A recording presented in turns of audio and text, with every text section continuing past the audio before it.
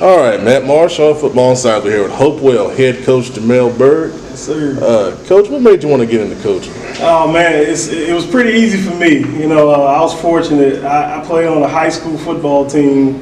The coaching staff was, Rocky White, Bobby Collins, Aaron Brand, and Joe Evans. Oh wow. 4 guys who are household names in this area. Yeah. And they were the cliche, not to sound cliche, but they were more than just coaches. Yeah. They were dads, mentors, everything for us. And I had no idea what I really wanted to do, but I know that was something I was passionate about, helping young people, because they helped me. I wouldn't be in this position without those guys.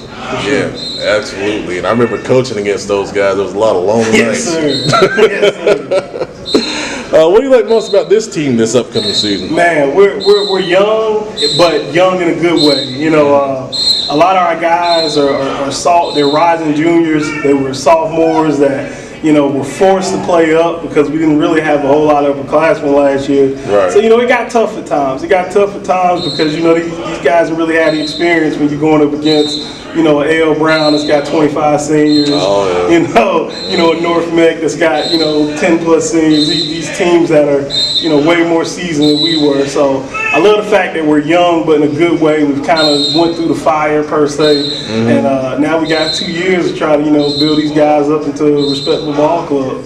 Excellent, good stuff.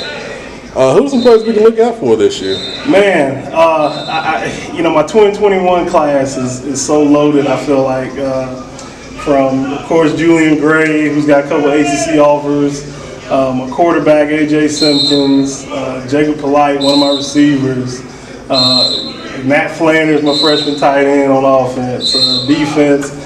Fred Bates, our free safety. Jabari Brown, who plays our star, which is like our nickel safety. Chris Williams, who made all conference last year, playing linebacker for us. Rashawn Lawrence, our nose tackle. It's just so many guys. And Major Weathers, man. My true freshman corner last year, to be a sophomore, started all 11 games as a true freshman, man. And just it's crazy because people kept trying him, and I remember him having those moments of where he kind of, he stepped up to the challenge. People were trying him, and he get a pick. So Good. I'm so excited about so many of our guys. Good stuff. What is the best memory from your playing or coaching career? Man, playing for sure is just my West Meck days, man. All those guys. I'm still friends with a lot of my guys on that team. Coach White, playing with him, and going from 1-10 our junior year to making the playoffs, winning 9 games our senior year. That's probably my best playing memory. It was the first time I really realized about working hard and really putting in the work. And if you put the work in, everything else take care of itself. It's probably the first time in my life I really understood that. Coaching, man, it's just so many. Probably the biggest thing stands out is one of our first playoff wins at Huff. When I was at Huff, Coach Aldridge's first year, and we're playing. I think it was East Forsyth. I think no, not East Forsyth, West Forsyth. Okay.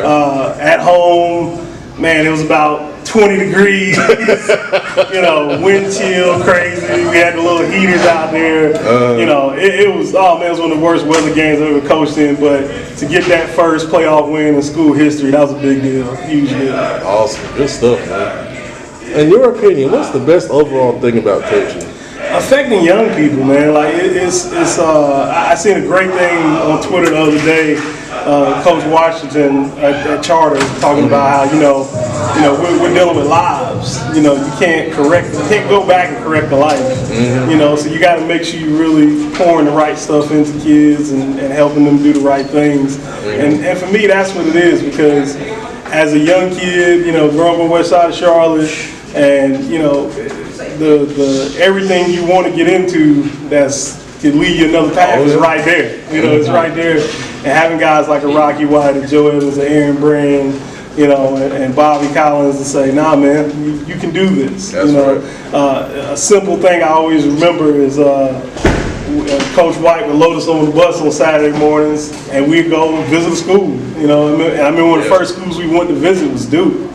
And being a kid that had only seen Duke on TV, and you get there on camera, you're like, man, I'm at Duke. Like, you know, you walking through, you know, you see the Shazetskyville sign, and, you know, you're walking in all these historic places. So, I mean, just things like that, man. I wanted to be that for somebody else, you know, for some other young person out here. And I tell my kids all the time, like, you know, I didn't get into this to win championships. You know, I want to win, don't get me wrong. But, you know, championships ain't my ultimate goal, man. I want you to go and be great young men. Awesome stuff, man.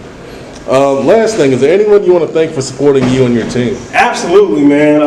Number one, my wife, Gabby, she, man, phenomenal coach's wife, per se. Like, you know, she's so understanding. She's even kind of made herself part of it, being the unofficial team photographer type deal. So that's a cool deal for me, because, you know, it lets me know she's all in just with me. You know, even on the days, my bad days, she's always talking me off the ledge.